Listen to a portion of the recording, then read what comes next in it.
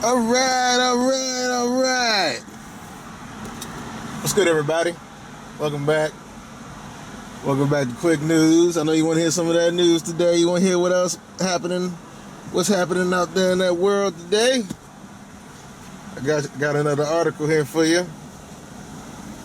The article is by The Atlantic. The Atlantic. And this article is written by,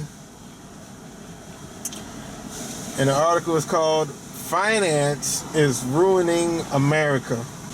And the article reads, Bridgeport, Connecticut. Few places in the country illustrate the divide between haves and have-nots more than the country of Fairfield, Connecticut. Drive around the city of Bridgeport and amid the tracks of middle-class homes, you'll see burned-out houses, empty factories, and abandoned buildings that line the main streets. Nearby, in the wealthier part of the county, which I think they made a spell error, there are towns of mansions with leafy grounds, swimming pools, and big old iron gates. Bridgeport, an old manufacturing town, all but abandoned by industry, and Greenwich, a headquarters to hedge funds and billionaires, may be in the same county and a few acres apart from each other on I-95. But their residents live in different worlds. The average income of the top 1% of people in the Bridgeport, Stamford, Norwalk metropolitan area, which consists of all of Fairfield County plus a few towns in neighboring New Haven County, is $6 million. 73 times the average of the bottom 99%. I'll read it again. The average income of the top 1% of people in the Bridgeport, Stamford, Norwalk metropolitan area, which consists of all of Fairfield County, plus a few towns in neighboring New Haven County, is $6 million. 73 times the average of the bottom 99%, according to a report released by the Economic Policy Institute.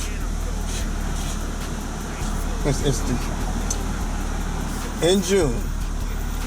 This makes the area one of the most unequal in the country. Nationally, the top 1% makes 25 times more than the average of the bottom 99%. In some ways, this is a mathematical artifact.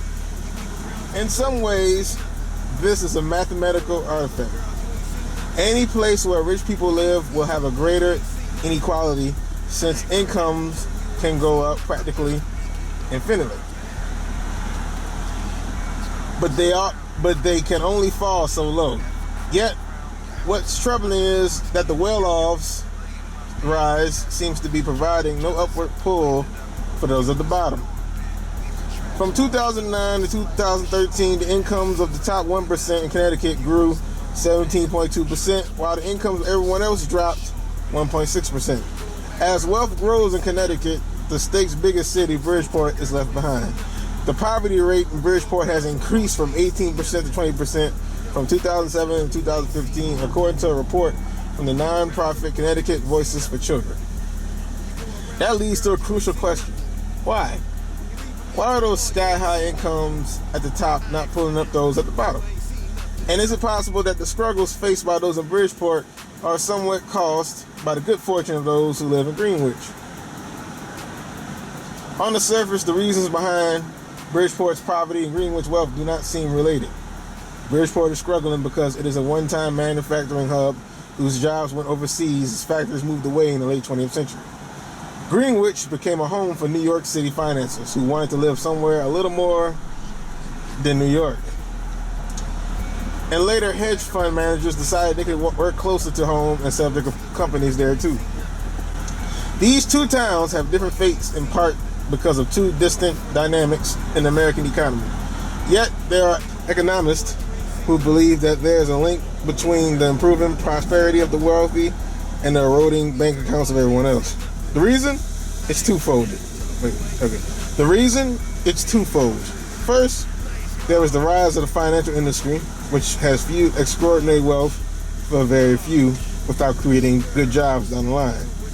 It's probably not surprising then that the 10 states with the biggest jumps in the top 1% share from 1979 to 2007 were the states with the largest financial service sectors, according to the Economic Policy Institute analysts. Indeed, the growing wealth of Connecticut can be tied to the rising fortunes of the financial industry. The three richest towns in Fairfield County, New Canaan, Darien, and Greenwich, are home to hedge fund managers, chief executives, lawyers, and accountants. Around 200 hedge funds call Connecticut home. The state is second to only New York in terms of amount of funds under management, with $300 billion, according to Bruce McGuire, founder of the Connecticut Hedge Fund Association. Hedge fund managers are among the wealthiest people out there. They manage huge amounts of money and try to increase the value of that money through high-risk methods. Hedge fund managers earn a lot just by showing up to work, and when their bets do well, they can even earn more, according to a study done by the market intelligence group Greenwich Associates, based in Stamford, Connecticut, and Fairfield County, and a compensation consulting firm, Johnson Associates. The people who work at these firms made $760,000 on average. Equity portfolio managers made $850,000 on average. Greenwich resident Ray, who according to Institutional Investor magazine was the third highest earning hedge fund manager in the world, is worth an estimated $15.6 billion. Hedge funds aren't the only well-paying business in Fairfield County. There are also a few industries whose work goes hand in hand with those funds, McGuire says. Lawyers and accountants who are also highly compensated. Many finance firms and banks are also located in Fairfield County. GE Capital, which was one of the biggest lending institutions in the country at the time of the financial crisis, was based in Norwalk, which is also in Fairfield County. I'm sorry if I'm saying that wrong.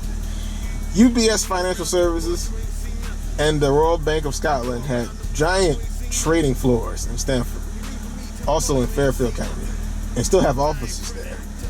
But the fact that finance is making a few people very rich is not particularly revealing. More critical is what finance is doing to everyone else, or more to the point, what it isn't doing, providing good middle-class jobs. And the article also says, and this is a quote, "The business of America isn't business anymore, it's finance." If you want to read the rest of the article, like I said, the article is written by The Atlantic. The title is "Finance is Ruining America." Sorry if I said some of your locations wrong, but bear with me. Anyway, have a good day.